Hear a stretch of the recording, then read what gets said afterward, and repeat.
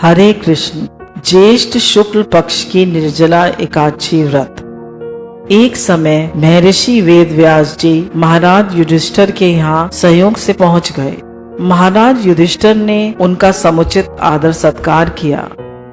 आर्घ्य और पाद देकर सुंदर आसन पर बिठाकर षड उपचार पूर्वक उनकी पूजा की।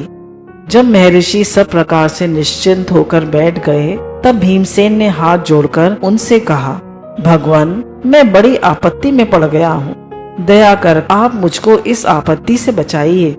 भीमसेन के ऐसे वचन सुन महर्षि वेदव्यास ने हंसते हुए पूछा, क्या बात है भीम, निसंकोच हो कहो।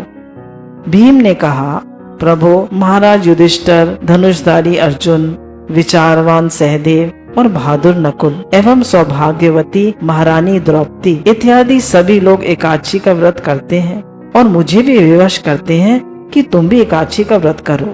महाराज, आप तो जानते ही हैं कि भीमसेन का जीवन अन्न पर ही आश्रित है।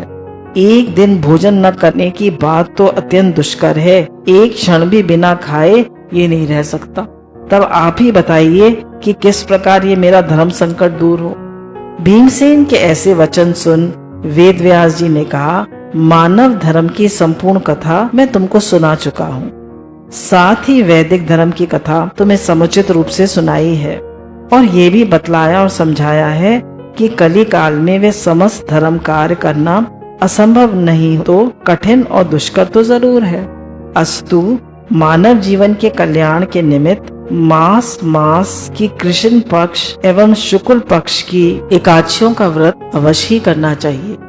बिना इन व्रतों को धारण किए प्राणी मात्र का कल्याण नहीं है। महर्षि व्यास के ऐसे वचन सुन भीमसेन अपनी धर्म भीरुता के कारण बैत के समान कांपने लगे और अत्यंत ही भयभीत होकर बोले, प्रभु, ये तो ठीक है, परंतु व्रत का रखना और भूखा रहना तो मुझे मृत्यु से भी बढ़कर है, सो भी महीने में 2 बार वासुदेव वासुदेव। हे भगवान, अब आप कोई ऐसा व्रत बताइए जिसमें ज्यों त्यों कर एक दिन भूखा रहकर ही मैं पापों से मुक्त हो जाऊं।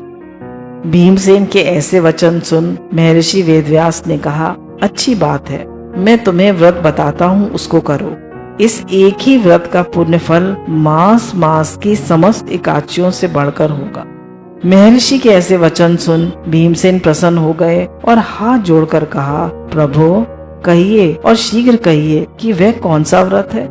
महर्षि ने कहा, वह व्रत ज्येष्ठ मास की शुक्ल पक्ष की निर्जला एकादशी का है। तुम श्रद्धा भक्ति सहित दशमी को सोते समय भगवान को प्रणाम कर उनकी मानसिक पूजा करो और हाथ जोड़कर अपने मन में इस प्रकार संकल्प करो कि प्रभु, कल मैं ज्येष्ठ मास की शुक्ल पक्ष की निर्जला एकादशी का व्रत करूंगा। मुझे शक्ति दो, मैं अपने व्रत को पूर्ण कर सकूं। इस प्रकार प्रार्थना कर सो रहो। दूसरे दिन निर्जला एकादशी के दिन होगा। बिना खाए पिए निराहार और निर्जल रहो, यहाँ तक कि आचमन इत्यादि में भी जल ग्रहण न करो। इस व्रत के प्रभाव से स्त्री को अथवा पुरुष सभी के मंदराचल जैसे भीषण और महान पाप भी अवश्य नष्ट हो जाते हैं। इस व्रत में गौदान का बड़ा महत्व है, अर्थात गौदान अवश्य करना चाहिए। यदि कोई गौदान देने की सामर्थ्य न रखता हो तो उसे तांबा, पीतल या मिट्टी का पानी भरा हुआ घड़ा, उसमें थोड़ा सोना छोड़ और उसे नवीन वस्त्र में लपेट ब्राह्मण को श्रद्धा और भक्ति पूर्वक दान करना चाहिए। इस प्रकार जलदान देने एवं स्वयं व्रत समाप्ति तक जल न ग्रहण करने वाले प्राणियों को एक एक क्षण में कोटि कोटि गौदान देने का फल प्राप्त होता है। उस दिन ये कार्य अर्थात यज्ञ, दान एवं जप आदि कार्य करने वाले को अक्षय फल की प्राप्ति होती है। इस प्रकार श्री कृष्ण जी ने स्वयं कहा है। अतः दूसरा पुण्य कार्य करने की आवश्यकता क्या है। विष्णु लोक की प्राप्ति इसी निर्जला व्रत के ही द्वारा हो सकती है। इस दिन फलाहार करना चाहिए।